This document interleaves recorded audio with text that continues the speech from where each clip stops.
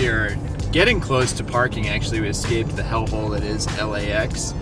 We are approaching whatever the opposite of hellhole is, that is Beverly Hills, surreal municipality of. And it's about to be my first time at Los Angeles Country Club. Went to Ireland last week on vacation for maybe the biggest news event in modern golf history. But as a benefit, I am extremely jet lagged, which means I woke up at 3:30 this morning. I am fully engaged with the day and ready to go check out some golf. Dylan, where were you exactly when you found out about the merger? Oh man, I was sitting shotgun, so actually confusingly on the left side of the car, because that's how they do it in Ireland. Saw a couple texts come through, got an email a little while later. It was like, wait a minute, I gotta actually read this stuff. There are so many unknowns, there's so many twists and turns that I feel like this story is just getting started. So it's not that I didn't miss anything, it was a massive event. It's just that we don't know anything and it's evolving quickly. I mean, the Senate just opened an investigation like 3 hours ago. Do you think we're gonna get answers this week? Well, from a LIV, Saudi, PIF, PGA Tour perspective, this week there's going to be a lot of questions. There's going to be some answers that lead to even more questions. It's a time of uncertainty, but thank goodness it's also just a major championship, because I think once this thing gets going, that'll die down. It's going to be all about the action on the course. For a couple days, though, it's going to be about the future of golf.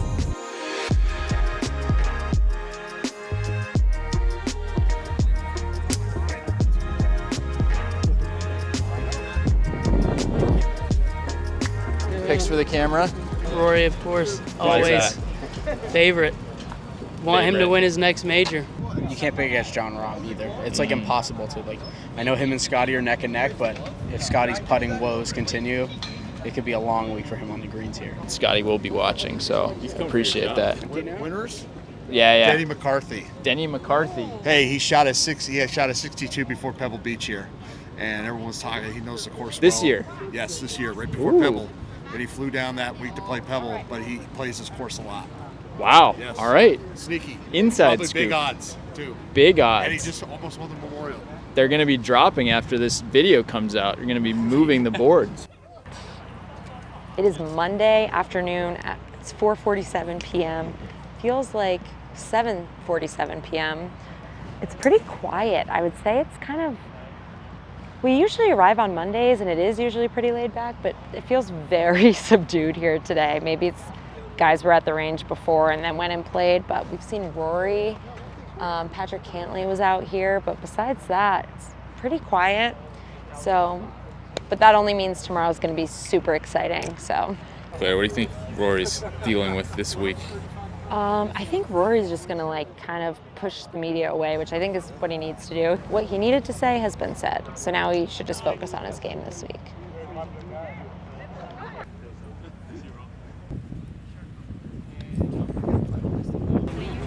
Hey, man. How are you? Like, what's your general stance on the big block letter hat, trend?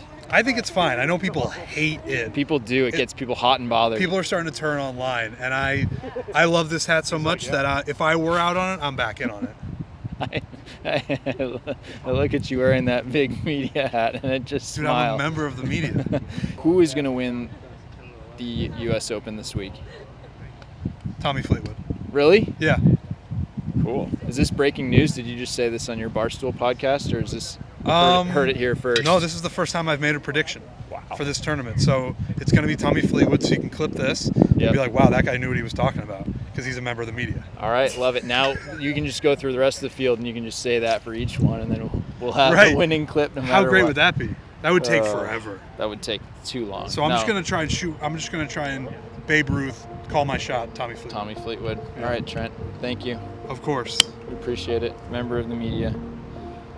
They didn't give me one. You know that? That's crazy. It's always fun being out on tour. You know, a lot at the majors. There's not a ton of changing and tinkering. Again, new wedges are a big thing. A lot of times you might see some higher lofted fairway woods. Putter tinkering is not something we see a lot of. You'll notice that on the putting green this week there is not a lot of OEM bags. They're in the vans. Over here next to the range there are all the OEM vans. So you hear the generators humming along, keeping them powered up. But because it isn't a major, we don't see a huge amount of tinkering. We're just seeing tweaks. We just see little, again, like I said, new wedges. The number 1 player in the world, Scotty Scheffler. He's been struggling with his putter recently, and he does play a Scotty Cameron putter. He plays a Newport 2. We saw him with the Newport 2 Plus. So the Newport 2 Plus is same shape, but it has a slightly longer flange, or wider flange. A little bit more forgiveness, a little bit easier to align because it has longer lines that are perpendicular to the face. And it's going to be interesting to see because he was going back and forth on the putting green this afternoon for a couple hours actually. So to see how that works out is going to be interesting come Thursday. Look at this Range Goats bag Thomas Pieters is rocking here. I mean, I feel like the Range Goats is actually I know everyone knows the 4 aces, but the Range Goats is kind of the one that's stuck, I would say, the best. And I don't know, in this era of what, cooperation and compromise, look, Thomas Pieters still has Live Golf kind of striped down the back of his little hoodie there. Oh, ready, there you go. But I don't know, I guess everyone's on the same team now, or they're not. That's like the essential question, and I don't think we're gonna probably get any answers here, but it's another one of those situations. This happened last year too. Everyone wants answers, no one has answer. Everyone's just gonna ask each other what's going on. It's a little bit hard for us also to just roll in like, hey, what's up, man? Major week. How about that Saudi investment, huh? What do you think of that whole thing? How's your putting? Monday's the day where you probably try the most insane stuff in your golf game, and then hopefully you like dial it in a little bit more towards actual scoring from there. But Hideki so far, the beard, really good. The putting I'm worried about.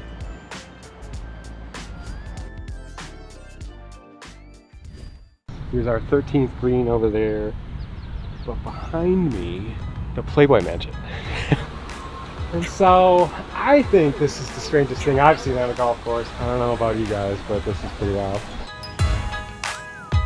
Get the good stuff here.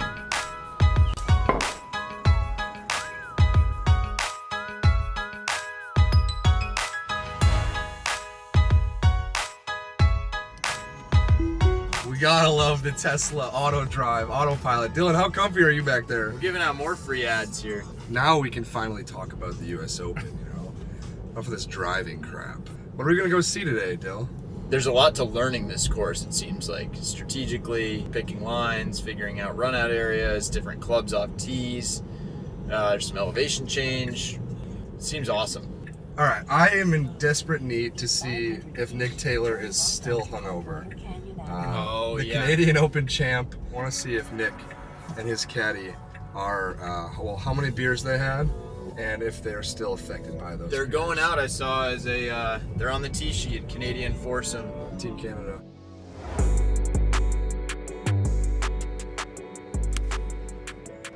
We're learning the golf course, one hairy lie at a time. I keep asking guys, like, what does this place remind you of? And no one can give a definitive answer. Like Mackenzie just said, like a mix between Pinehurst and Chambers Bay, which are 2 US Open courses. Danny, Corey Connor's caddy, he just said like the roughs or like the first cuts are kind of like Riviera. You can't move the ball left or right out of those things. And you're also just like worried, is it gonna jump? Is it gonna kind of just come out flat? And so that's really tricky. And the fairways are firm, so you will find all those spots. I think players are just getting comfortable not trying to compare this to anything and treat it as its own entity. Now you guys are gonna try and steal our Open. Why wouldn't we? That's right. Damn right, I love that. And you were not at the celebration on Sunday night? No, I missed that. But you tried to celebrate with Nick's caddy yesterday night? Last night I tried to get him. Can we get the story on that or no? Yeah, sure. All right, so what was your idea? When he showed up at the Airbnb to just kind of drill him with some champagne at the front door and, pop the cork into him. But instead, the glass broke in my hands and cut me up. How big of a cut are we talking about? It was a good one. It was leaking for a while. Did you hear what happened to Jace? No, oh, the champagne, yes. Marco told me. And between that and Adam Hadwin getting tackled, I'm just like, I don't know if the So Canadians my favorite video like, is the angle where the guy raps on the corner and there's Titanic music and Adam gets absolutely. I could watch that 100 times a day the rest of my life. oh man, it felt like you had to like do this like every single I time you know. hit a shot. Every The time you walk awkward- up the the hole. awkward this. Yeah, it was like, well, But it was like every tee, every green yeah. was like ovation. Like that doesn't happen No. to me. All right, so we tracked down Reggie Bush to compare biceps and check out the Strixon trailer. Reggie, what are you doing here this week? I played here a couple times before, LACC, so it's great to just see it now in tournament condition with all the grandstands out there and, you know, the greens. To me, these greens have always been one of the fastest that I played on, but I heard that they're even faster. So it's you know, it's cool to just to see the golfers working on their speeds around the greens, chipping, putting, you know, reading the slopes, all those different things. We need a pick from you this week. Yep. I don't know if you have any special insight or just kind of general vibe, prediction. Who's going to win the U.S. Open? I'm going to go with Brooks Koepka. I'm going to say Brooks Koepka is going to win. He's kind of on fire right now. He's been playing well. He's hitting the ball well. He's driving it well off the tee. Please join me in welcoming two-time U.S. Open champion Brooks Koepka. Brooks, how does it feel to be back at a U.S. Open? Yeah, it feels good. Excited for the week. Playing really, really well. Yeah, I've always liked U.S. Open, so it'll be a tough test this week. Brooks, you used the term chaos to talk about majors, U.S. Opens, and how maybe you like the chaos. What is an example of chaos or the visual of what chaos looks like to you? First one that popped in my head was maybe Shinnecock, right? Everybody was bitching, complaining. They were also focused on the golf course. They kind of forgot about what was going on, that they were there to play a major championship instead of, you know, okay, the greens are pretty fast, but if you leave yourself an uphill putt, it's not too bad.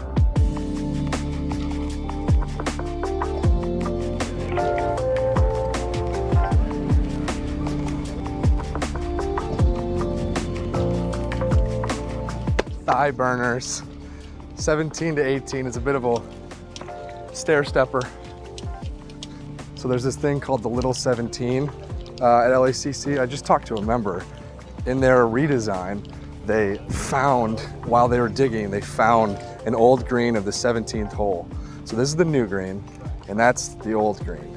And now, for fun, they're playing a little 17, 136 yards to an impossibly small green. The member said, you either land on it and you stay on it, or you miss it and you're f***ed. So that's what we're gonna see the Canadians do right now. What do you need to win on this golf course? What do you need to play well here? What part of your game needs to be the most dialed in?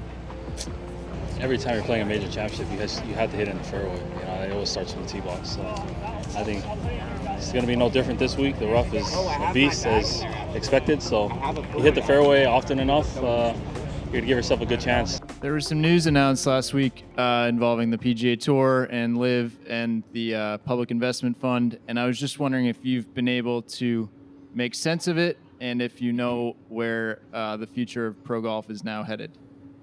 I know as much, if not less than you, so I'm probably not able to make a real opinion. It's a lot to take in. It obviously took all of us by surprise. It's actually nice to be as confused as I am here because I'm not really thinking about it anymore. I'm ready to just go play golf. The general feeling is that a lot of people feel a bit of betrayal from management. I understand why they had to keep it so secret. I understand we couldn't make it through a packed meeting with more than 10 minutes after people spilling the beans right away and some article about you guys already being out there. So I get it. I get the secrecy. It's not easy as a player that's been involved like many others to wake up one day and see this bombshell, right? So that's where we're all in a bit of a state of limbo because we don't know what's going on, and I don't think how much is finalized and how much they can talk about either, right? So it's a state of uncertainty that we don't love, but at the end of the day, I'm not a business expert. Some of those guys on the board and involved in this are. So I like to think they're going to make a better decision than I would, but I don't know. We'll see. There's still too many questions to be answered. Bartender. All right, guys. Yeah. It's time. I will do the deed. All right, our friends at Doers hooked us up with the 12-year, which is the good stuff, but also the Champions Edition 19-year. That's the really good stuff. But also, Claire has been making wedge puns all afternoon. We're more like wedge players. Claire, I'm guessing you want. There's a reason Rory isn't here. Wow, tough scene. You've been drinking a little That's a mean scotch. joke. First, can you Rory tell me won't what the watch difference this. between the 12 and the 19-year is? 7 years, Claire. 7 years. I think I'm gonna just get right into the 19-year. But you guys want a wedge? I would like a wedge. All right. What are we drinking to? The Media Center food, the best I've ever had. Wow. I mean it. It's early in the week for that, but I'll let you have it. I am drinking to players being uncomfortable.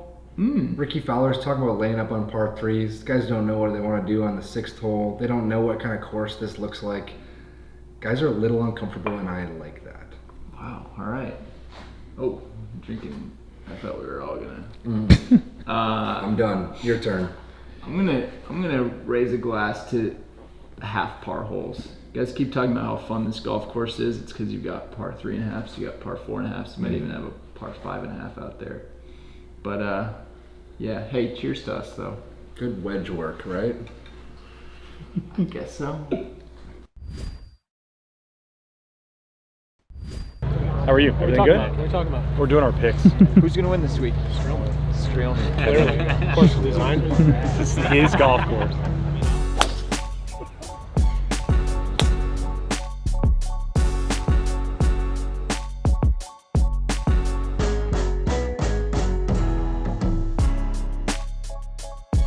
Today is the first day of Phil Mickelson at this golf course this week. Wait, he's just getting here? He was here all last week, as I understand it, and today will be his first day. Practice round with Jon Rahm, the marriage, the mesh, the merger. It's happening right before our eyes, Claire. I'm excited to hear from Johnny Miller this morning.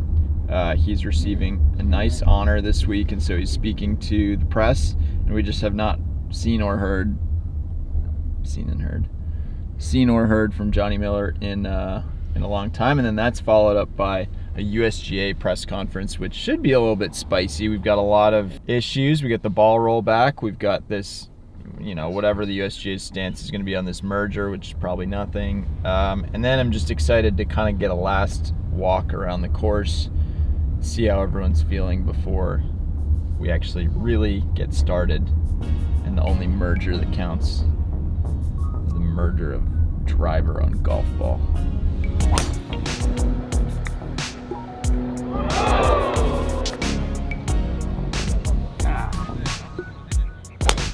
A lot of excitement in the air. People seem to be pretty pumped. Everyone's walking around the range, bopping up and down. It's incredibly crowded, but I think it's always crowded because the US Open field is huge. But I think you're also adding in the fact that this is a golf club that is meant to have like Augusta National levels of membership, and they're obviously not having that this week. So you got a lot of guys really close to one another on the range here. It's kind of cold, and for some reason that's leading me to think that Scotty Scheffler is just going to absolutely just circle the field this week.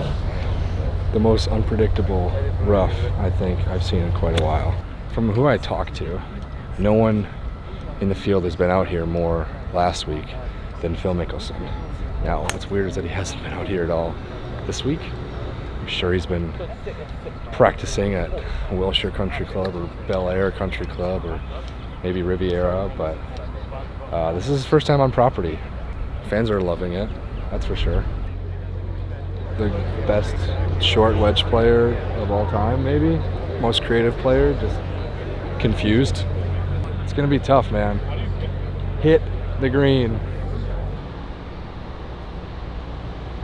Perfectly clean. It's like all the golf balls I use. So we've heard a lot about the rough here. We know it's super thick, but something that's really interesting is the fact that some of the rough is super thick and super long, but right next to it can be really light. We've got a good example of this right off the 13th fairway here. If we drop our tee shot, say it comes left of the green, we drop it in here, that's buried. That's fully buried. you'd be lucky to get a club on that. I mean, the rough's just gonna eat that up. But if you fall literally 1 foot to the left, that's a pretty easy lie. You could get a wedge on that. You could get a mid iron on that. Take a nice clean swing in on the green. So, you know, they talk about winning the US Open as being toughest test in golf, but sometimes better lucky than good.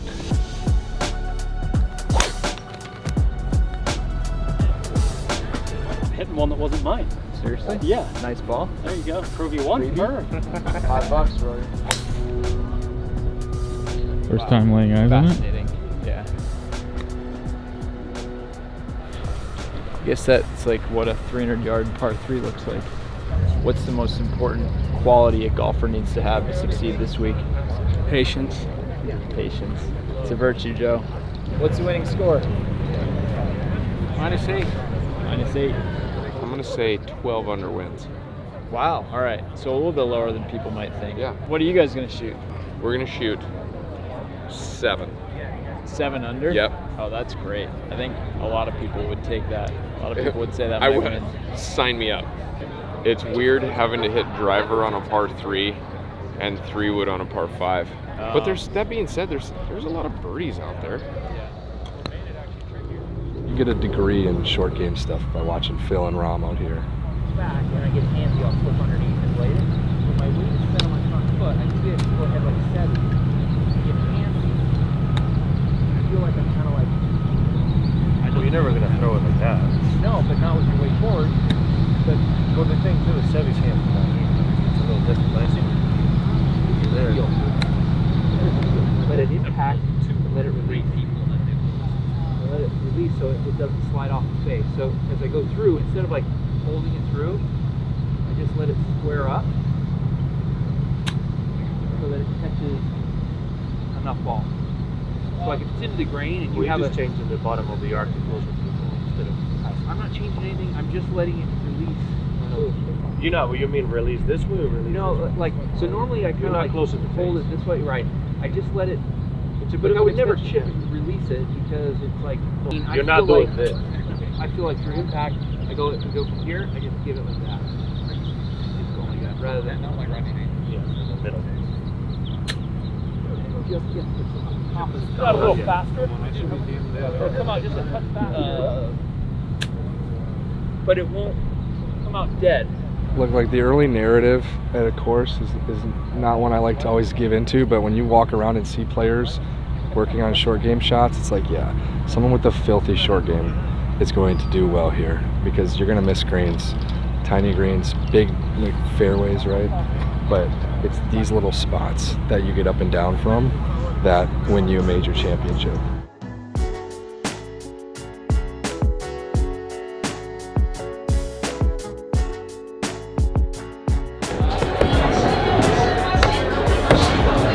Came here to kick ass and get a lemon wedge. And all done kicking ass. All done kicking ass. Oh! Cheers. Cheers. That's good. Lemonade, Scotch whiskey, and seltzer. I'm just a lemonade girl, so I really like anything that includes lemonade. Yeah. That's like such a hack for a great summer drink, right?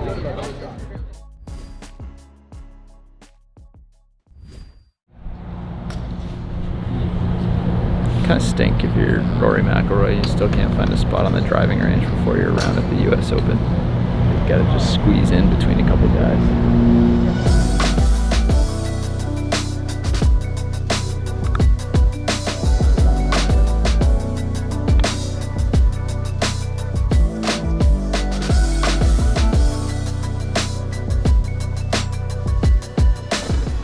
Thursday.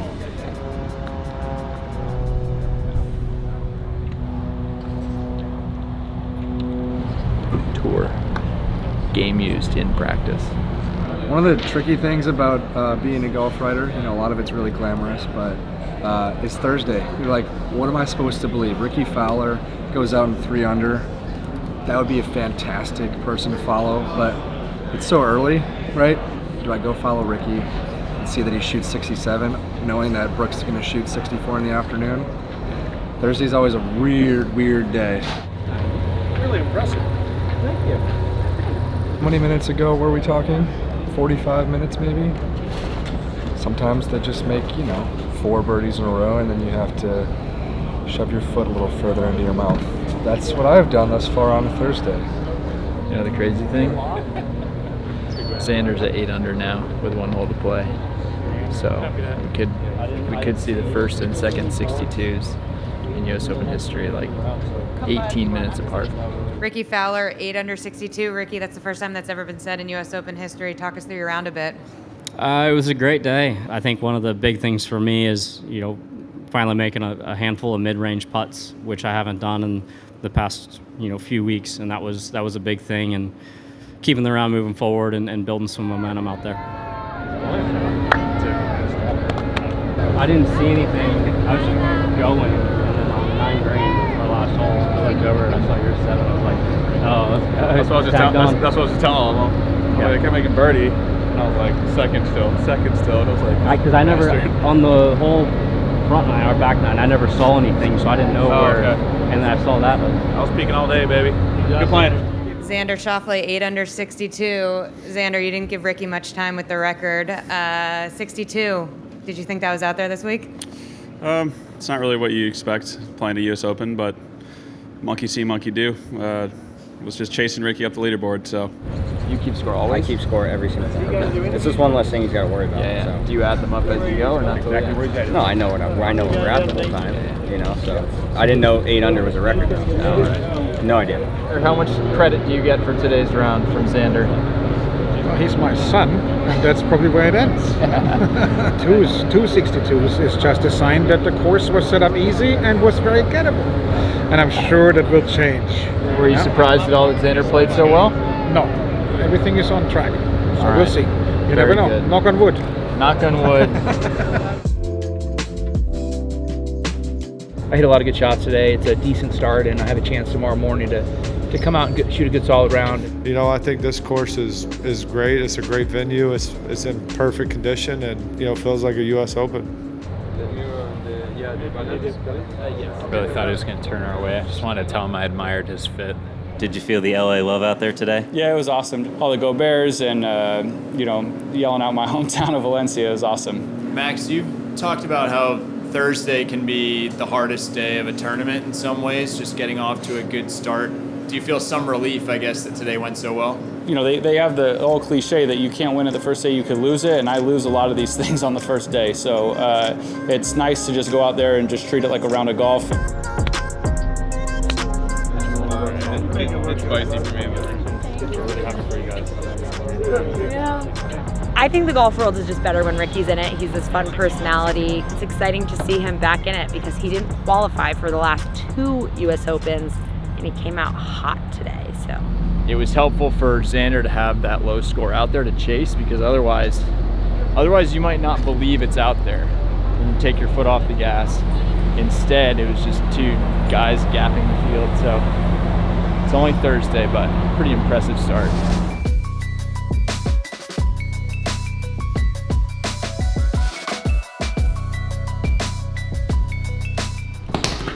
All right, lads, best time of the day. Oh, intercepted. It is lemon wedge o'clock. Guys, as we wrap up the first day of tournament play, something cool you saw today. What I like seeing at the end of day 1 is the guys who went out late are going out early the next day, but make time to go and grind on the range. Fitz was out there. Koepka was out there, Hideki was out there. Billy Horschel. All those guys shot over par. Horschel was on the putting green though. Yes. Because he's 142nd in strokes gained putting. Not good. Maybe a good reason to. Good intel. Coolest thing I saw today, hopeful hometown hero Max Homa played his first round. The people were all over. They were loving Max. And it was kind of cool. He was playing in a grouping with 2 past major champs. He was playing with Scotty Scheffler and Colin Morikawa. And he was by far the most popular guy. I want to know if what happened at Riviera happens this week. Remember what Riviera was like?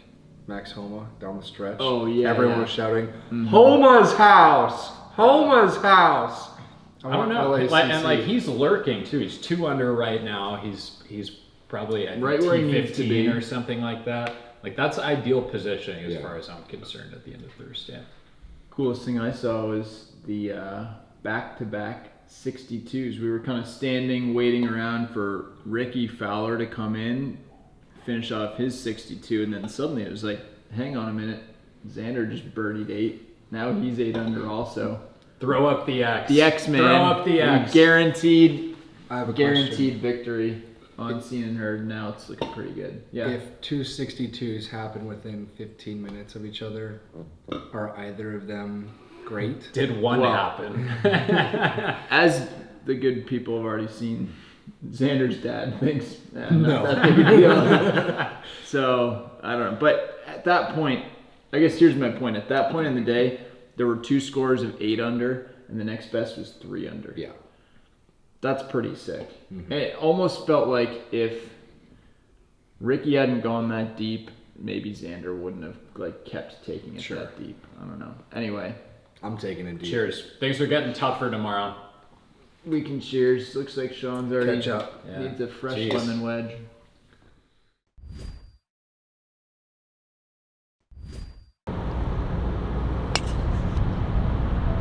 You bet on everything. I have the answer. Yeah. Bet on everything. That's what you do. But you know what? I appreciate that he's doing the most, betting on himself this week. It's paying off. Not literally. He's just, you know what I mean.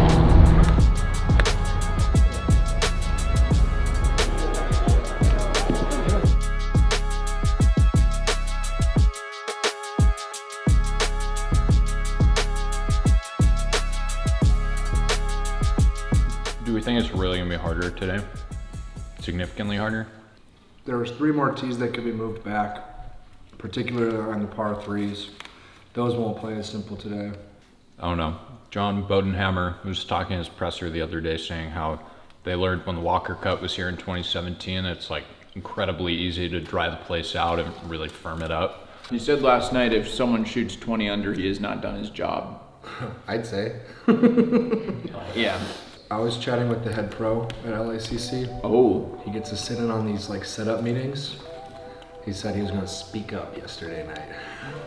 He wants those greens to get really hard, really firm, really fast, so maybe we'll see something different.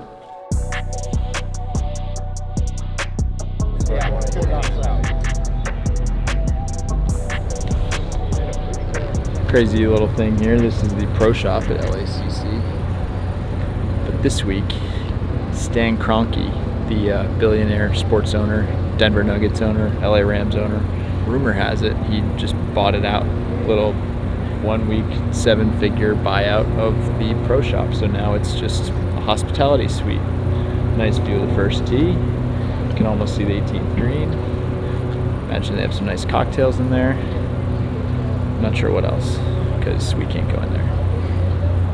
Just about 1 o'clock on Friday. We got the leaders getting ready to tee off for their second rounds. And the interesting thing is we're kind of at an inflection point in the tournament. This marine layer that's overhead is probably going to burn off. It's going to be a little bit tougher to play in the afternoon. But most of the guys playing in the afternoon today are actually the low guys in the tournament. We got the 2 leaders right now. Wyndham Clark's really the only guy who went low early today. So it's Friday at a major, it's a big deal, but I think right now particularly, moment of huge opportunity for those leaders to really separate.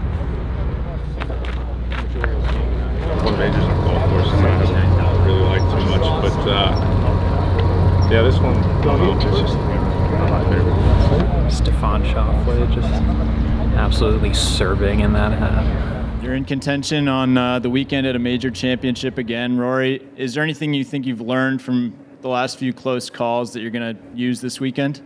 I've been trying, and I've come close over the past 9 years or whatever it is, and that means that I get rewarded or I get punched in the gut or whatever it is. I'll always keep coming back.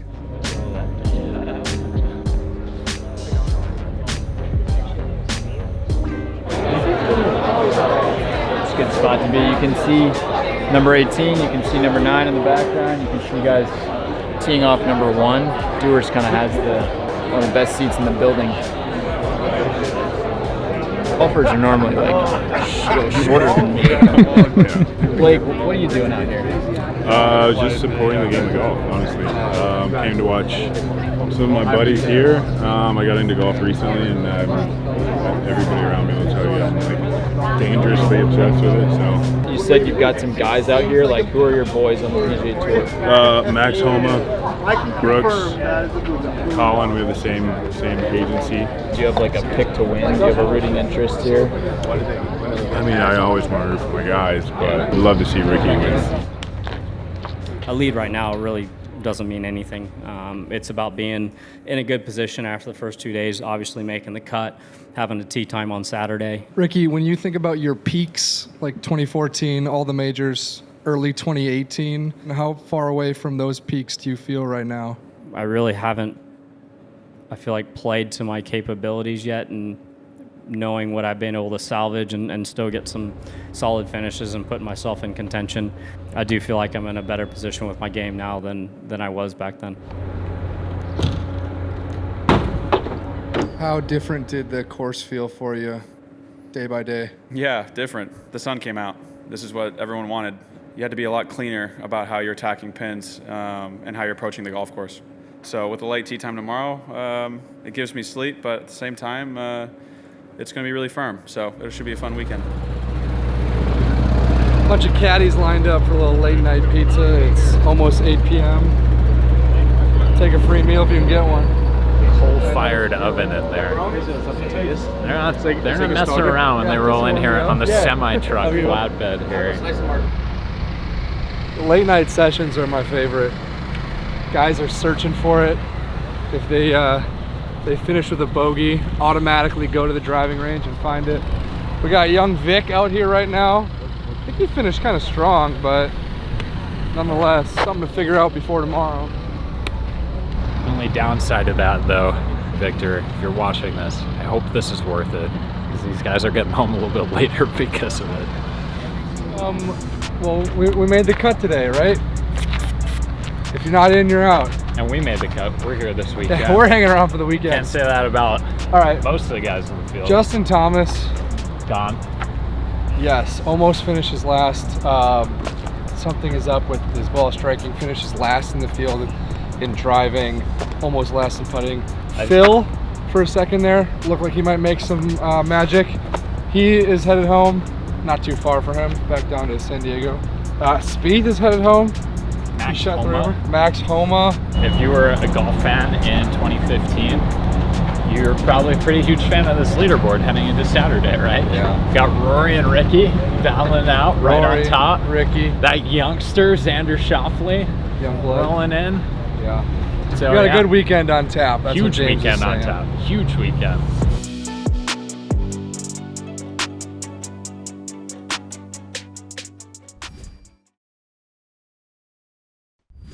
I felt like I handled all the adversity, and I feel like my best round is still out there. This is the best I've felt ever in my career. Tomorrow's a whole new day, and like I said, that's kind of when the tournament really starts.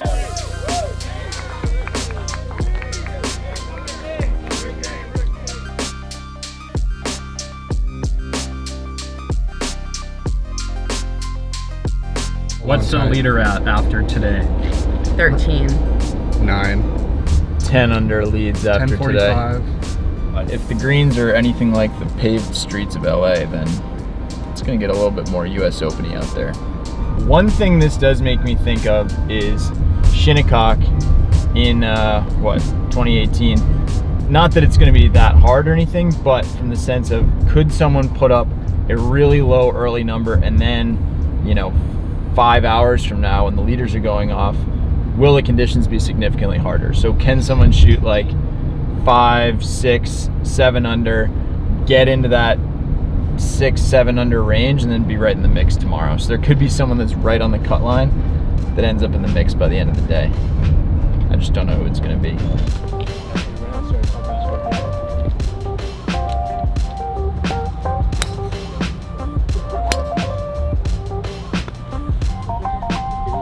I wake up this morning and people are sending people are arguing about. Morning, I think it's afternoon.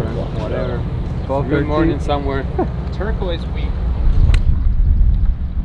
So you saw Max Homa out here early this morning after missing the cut. I mean, I'm sure devastated. You saw from his message yesterday on Instagram, but seemed all smiles this morning, working hard. I think for a guy like Max, finding it and feeling like you've got a fix to whatever plagued you yesterday, that's got to be satisfying. So it's on to the next.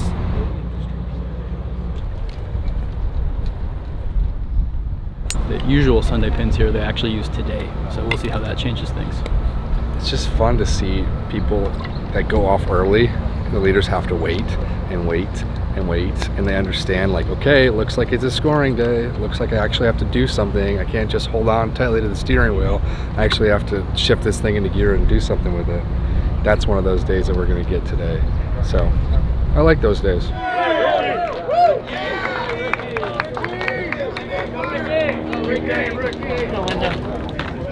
Please welcome from Denver, Colorado, Wyndham Clark. Please welcome Rickie, Fowler.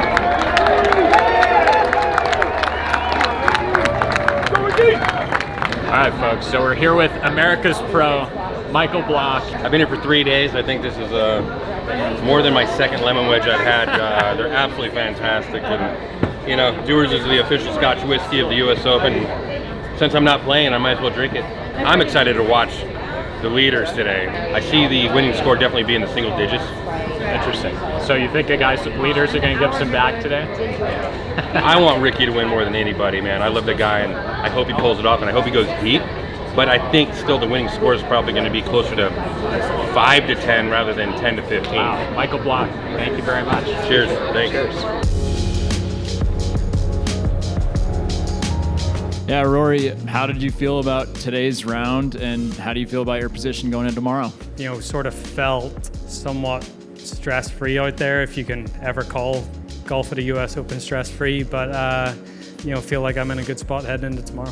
It is 7:31 p.m. and we are at the golf course waiting for the final groups to come in. Rickie has maintained his lead. He is, 11 under right now. I'm calling it. I think he's going to win this thing tomorrow. I don't want to jinx it, but I feel good. He's just been super consistent, and it's also really good for my job because the fans love Rickie. Like, he was asked yesterday why the fans like him so much, and he basically said he never thought he was going to be this role model, but he's just kind of been himself. And he also said that he thinks kids are a good judge of character, so he's very happy that they like him. There you go. Yeah, thanks for going with us. We didn't have any others, right? Nope, just 2 of us. All right, well, I have an extra. Thank you so yeah. much. How did your nerves feel today, Rickie? And I guess how does the stress of being in the lead at a major championship compare to a normal tournament round?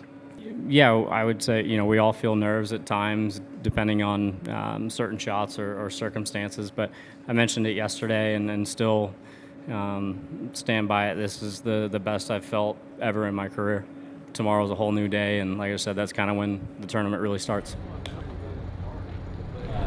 Thanks for walking with us. Final group, major weekend setting. How do you feel you handled it? I felt like I handled all the adversity, and I feel like my best round is still out there. Honestly, I'm just really excited and looking forward to tomorrow and the challenge that it's going to bring, and hopefully it's my day. It's media center giveaways. Best part of Saturday night. Saturday's in the books, and frankly, wasn't really all that much of a moving day, at least for the guys at the very top. Rickie Fowler shot even par 70. He enters Sunday, the tie for the lead. Will be in the final pairing with Wyndham Clark, who's right at the top of their leaderboard to start the day. Right behind him will be Rory McIlroy, who's right in the leaderboard to start the day. So we've got 4 guys now, adding Scotty Scheffler to the mix, who all 4 would be pretty incredible U.S. Open stories. A little under 24 hours now, actually. We'll be crowning a champion right here at this clubhouse behind us. It's been a pretty epic week so far. Things look like they're finally getting as tough as we were hoping they would. But yeah, we didn't see the movement that we needed. Tomorrow, though, we're crowning a champion. So you better get ready. It's gonna be a lot of fun.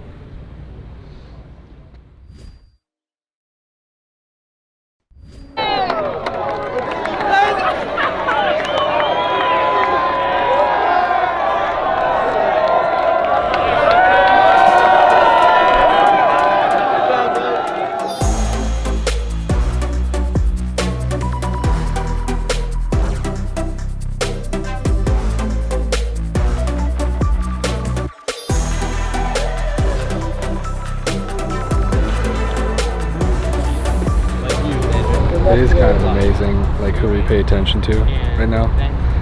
Everyone is looking this way. Rickie, DJ, Rory, Scotty. Everyone is focusing here. The guy who's kind of been like leading for most of this week is over there. Rolling putts. Everyone's kind of looking over him. I'm doing it. A lot of the media center are doing it. But people forget he's actually been one of the 15 best golfers this year. He could totally fall and like live up to everyone's expectations, or he could rise and like freak us all out. What is Wyndham Clark actually capable of?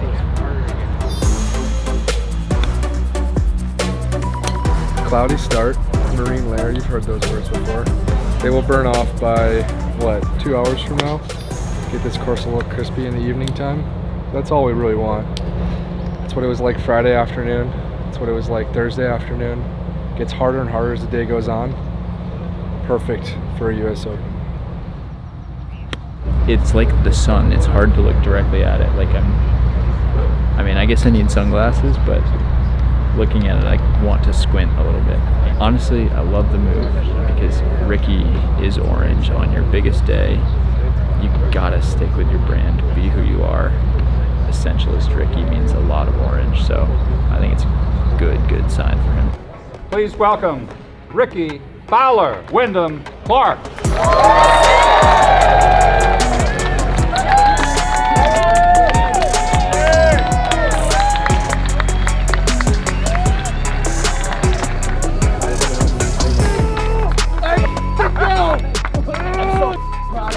Let's go, baby! The winner of the 123rd U.S. Open goes to Wyndham Clark.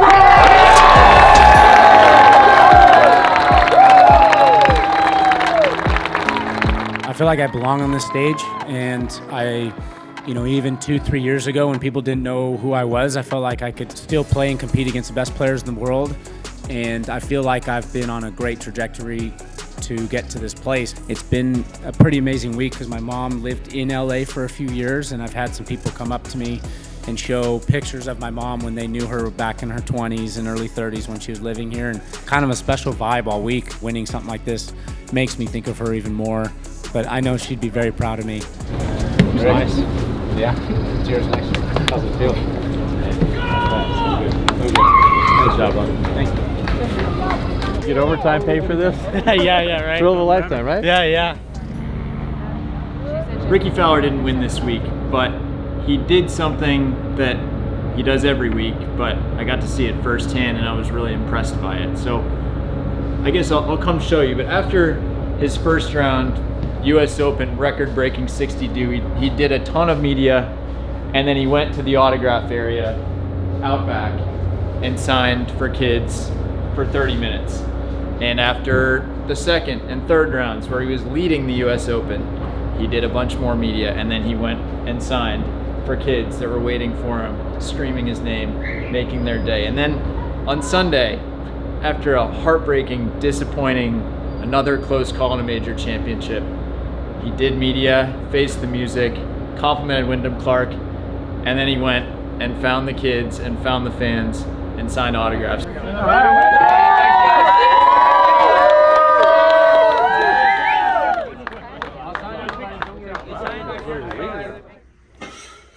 All right, Jim, the rest of the house is going to bed, but it's never a bad time for a lemon wedge nightcap. What do you think? Cheers.